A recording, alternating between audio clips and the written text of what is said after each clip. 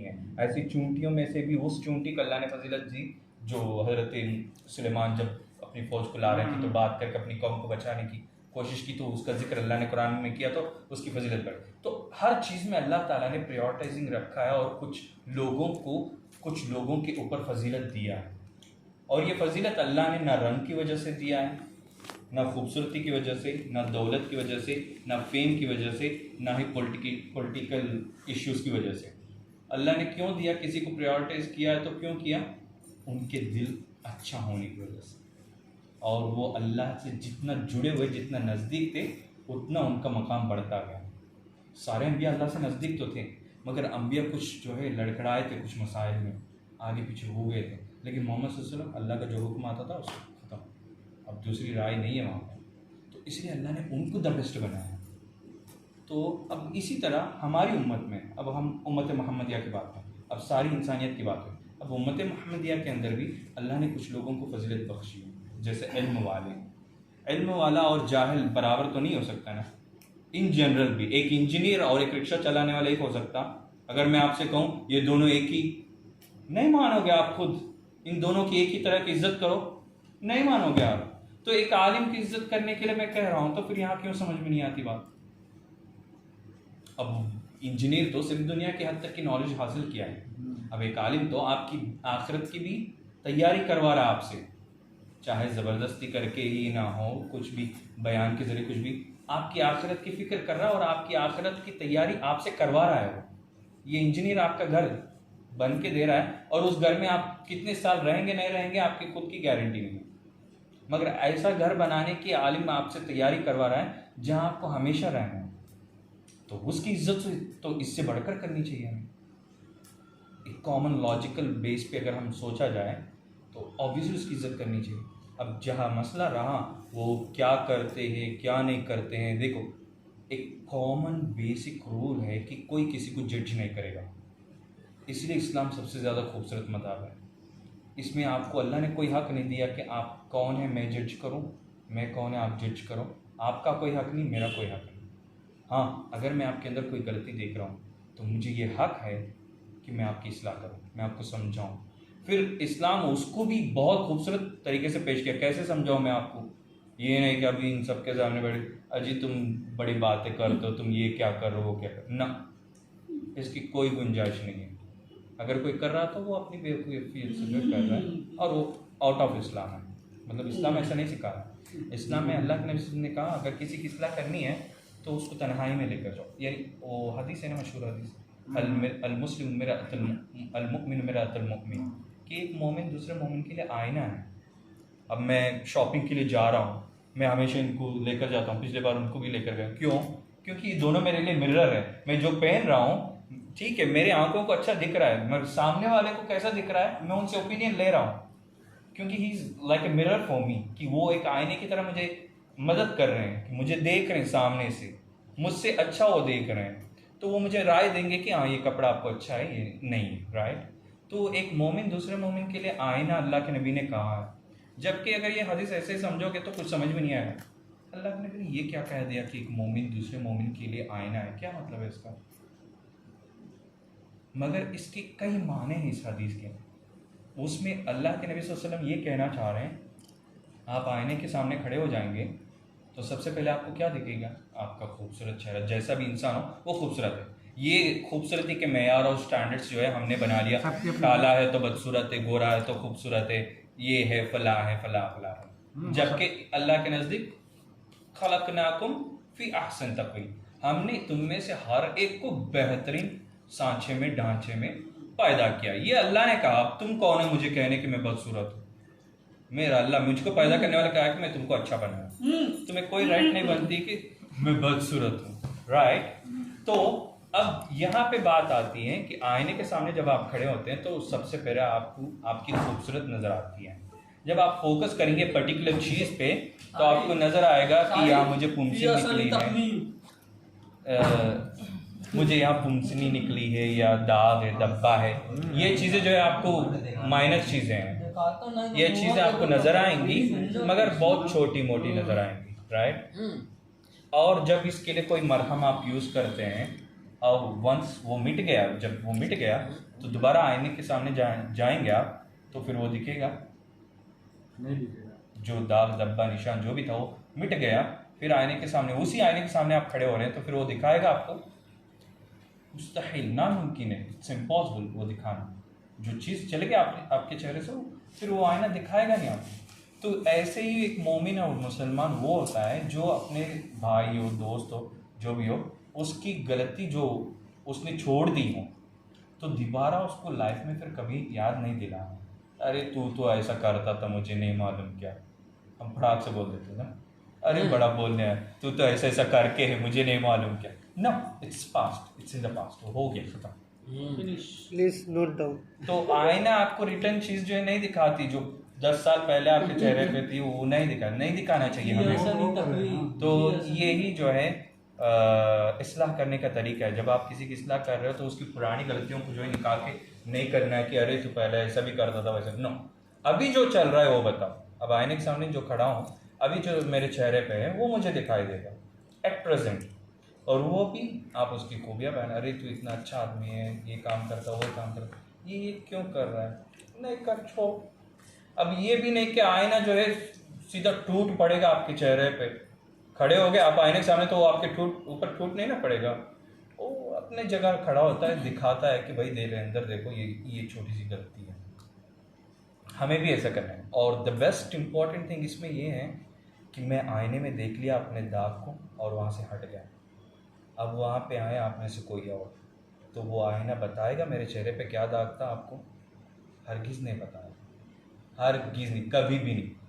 तो हमारे अंदर भी ये चीज़ होनी चाहिए कि मैं जानता हूँ अगर इनके बारे में कोई बुराई तो मैं ना बताऊँ, किसी थर्ड पर्सन से डिस्कस करूँ इस चीज़ के बारे में कि यार ये ऐसा करता, वो ऐसा करता, नो, नॉट एट ऑल। सिवाय कि अगर इसकी शादी कहीं लग रही और मैं जानता हूँ ये बंदा बड़ा बदमाश है, तो फिर उस वक्त तो मुझे बताने का हक है कि देखो तुम जहाँ तुम्हारी बेटी को दे रहे हो ये लड़का ऐसा कर, वहाँ पे बताना ज़रूरी है, मगर उसके अलावा नहीं बताना चाहिए। बुरे मन की तकलीफ। तो ये अब जजमेंटल माइंड और ये मेंटालिटी होनी भी नहीं चाहिए, क्योंकि कुरान जब भी आप पढ़ते हैं, नमाज जब भी आप पढ़ते हैं तो सूरह फातिहा में तीसरी आयत क्या पढ़ते हैं?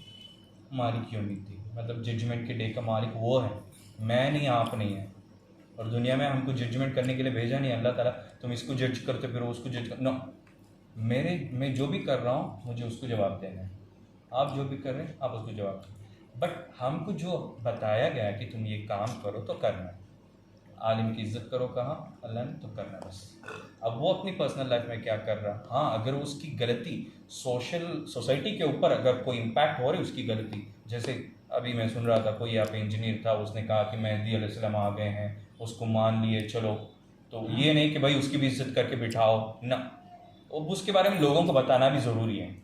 उसके अलावा अगर उसकी पर्सनल लाइफ में जो भी चल रहा है मुझे उससे कोई नहीं। बात पर्सनल लाइफ की नहीं है, मान लीजिए कुछ आलिम होते हैं जैसे मौलाना है, मुफ्ती हैं, और भी जो भी इसमें मतलब नॉलेज वाला कैटेगरी होगी, फर्ज कर लीजिए वो आज की डेट में मदरसे में एक किसी पोस्ट पे, अच्छी पोस्ट पे हैं, उनको बेसिक सैलरी आ रही है गवर्नमेंट की तरफ से, एडेड है जिसको कहते हैं गवर्नमेंट सैलरी पे, और मुआशरे में कुछ होता है, जैसे आजकल मान लीजिए हिंदू मुस्लिम का बहुत सा कॉन्फ्लिक्शन चल रहा है हमारे हिंदू, मतलब कि हमारे देश में बहुत लोग कहते हैं कि आलिम उलमा को इस पर बोलना चाहिए।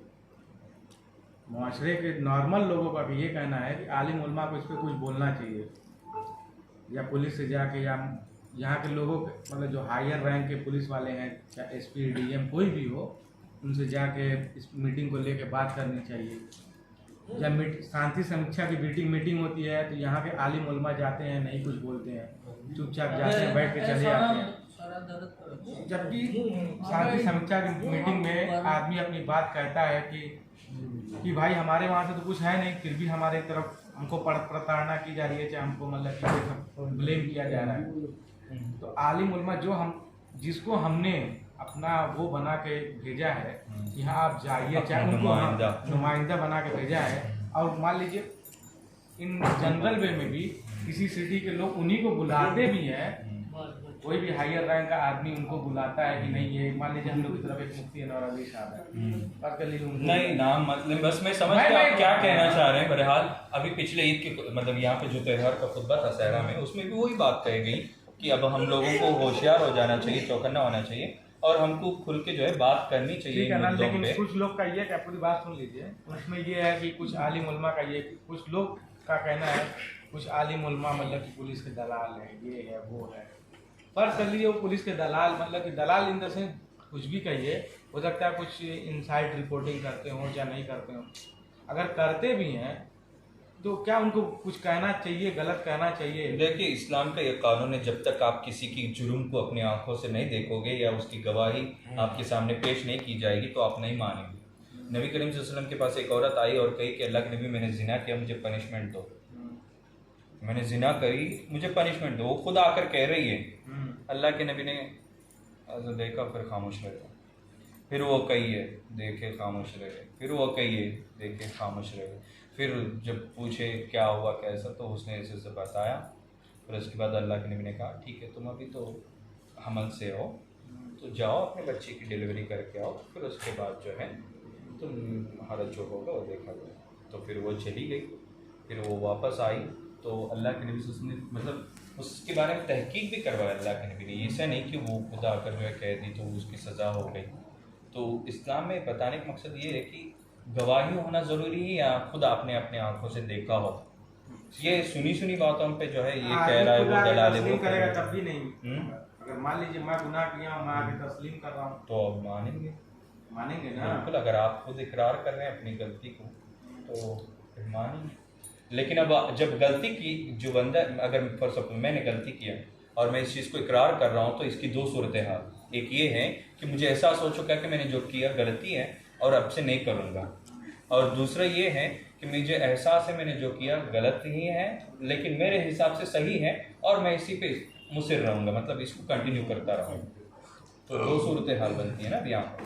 अगर कोई उससे तौबा कर रहा तो गलती माफ़ी मांग रहा है तो गलत था, मगर उसके अलावा जो अभी जो हुकूमत की बातें हैं, ये सारी चीज़ें मसले मसाइल हैं, इसमें बहुत बड़ी कमी हमारी रही, इसमें बहुत बड़ी गलती हमारी रही। इन लोगों का जो जुल्म आज पर हम पर हो रहा है, इसके अंदर बहुत बड़ी गलती हमारी, इसके अंदर बहुत बड़ी गलती हमारी है उनसे ज़्यादा।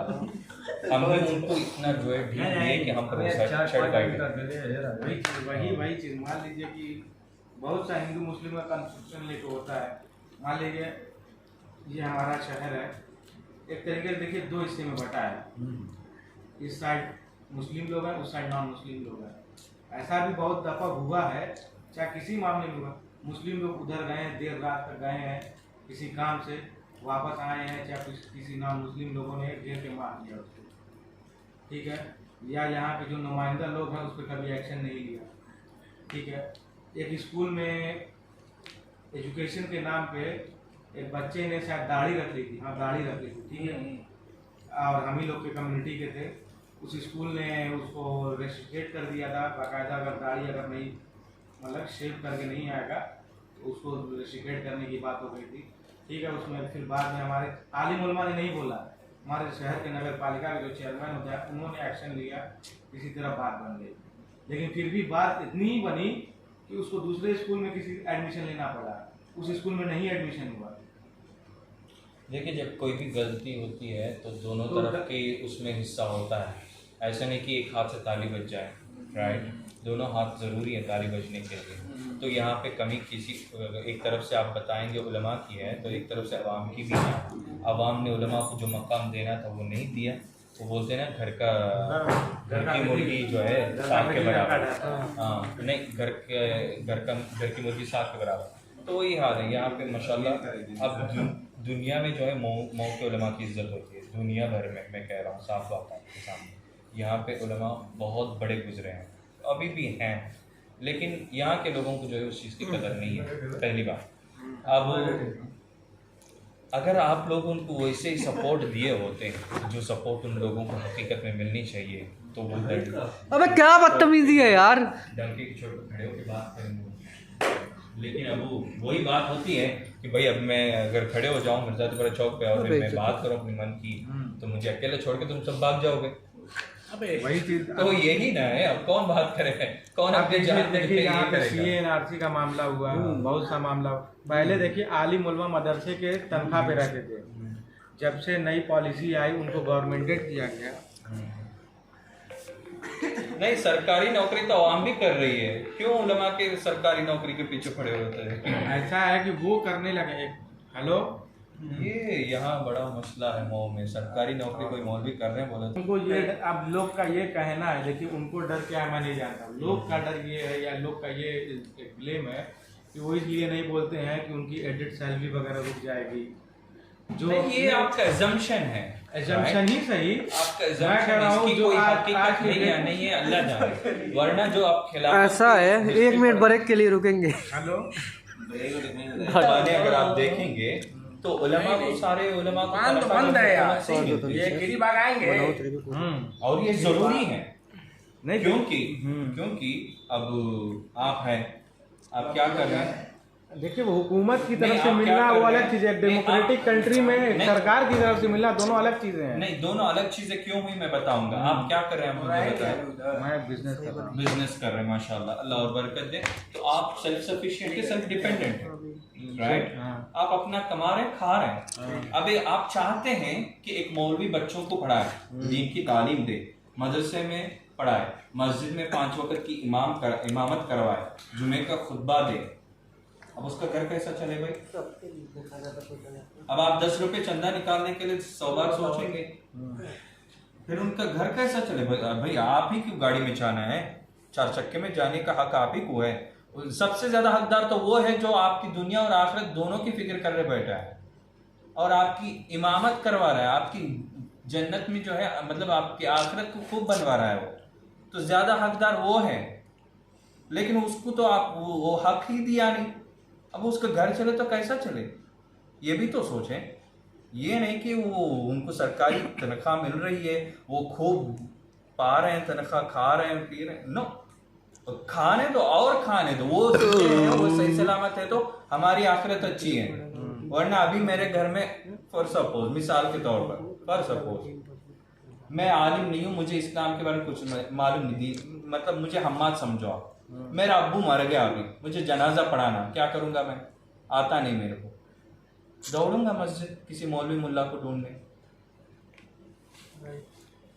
अब वो लोग सही सलामत है तो हमारी जिंदगियां गुजर रही हैं, कट रही हैं। हम अपने कॉलेज में जाके पढ़ रहे हैं, हम अपने स्कूलों में पढ़ रहे हैं। अगर वो लोग नहीं है तो हम सबको जाके मदरसे में सीखना पड़ेगा, क्योंकि हमारे घर के हमारी नई नस्ल को हम क्या देंगे इस्लाम। तो उन लोगों का अच्छे से अच्छा जिंदगी गुजारना ये हमारे लिए अच्छा है। तो अभी डेमोक्रेटिक कंट्री में उनको तनख्वाह मिल रही है हुकूमत से, और खिलाफत में वहाँ पे उनको हुकूमत से तनख्वाह मिलती है। तो आप कहें कि ये दोनों अलग चीज़ें हैं, फिर आप अपना फंड बनाएं। मुस्लिम कम्युनिटी जो कम्युनिटी है अपने इलाके के हिसाब से एक ज़कातुल बैतुल माल बनाए, ज़कात एक फंड रेजिंग का ये बनाए, और वहाँ से उनकी तनख्वाहें जारी करवा दें आप, फिर वो वहाँ से लेंगे ही नहीं। अब मदरसे में कितनी तनख्वाह मिलती है भाई, गैर सरकारी नौकरी वाले जो सरकारी नौकरी नहीं करते उनको 4-5 हजार 4-5 हजार में किसका घर चलेगा आज बताओ मुझे। बहुत मुश्किल है। अब आप जारी करवाते हैं, अब बिजनेसमैन है, आप जैसे 20-25 बिजनेसमैन मऊ के खड़े कर दें, फंड रेजिंग करें, महीने जो है मौलवी साहब आपको मैं 20,000-25,000 तनख्वाह मैं दे रहा हूँ, लेंगे ही नहीं। वो भाई उनको भी जिंदगी गुजारना है इसी दुनिया में, और आप उनके सामने गाड़ी में जा रहे हो, फिर वो मौलवी साहब को कहते हो अरे मौलवी साहब की दौड़ मस्जिद से, कहा क्या की दौड़ मस्जिद से। हाँ, तो फिर आप ही कह रहे हो फिर ये बात। तो चलिए फिर अब हाँ बे, अबे भाभी जी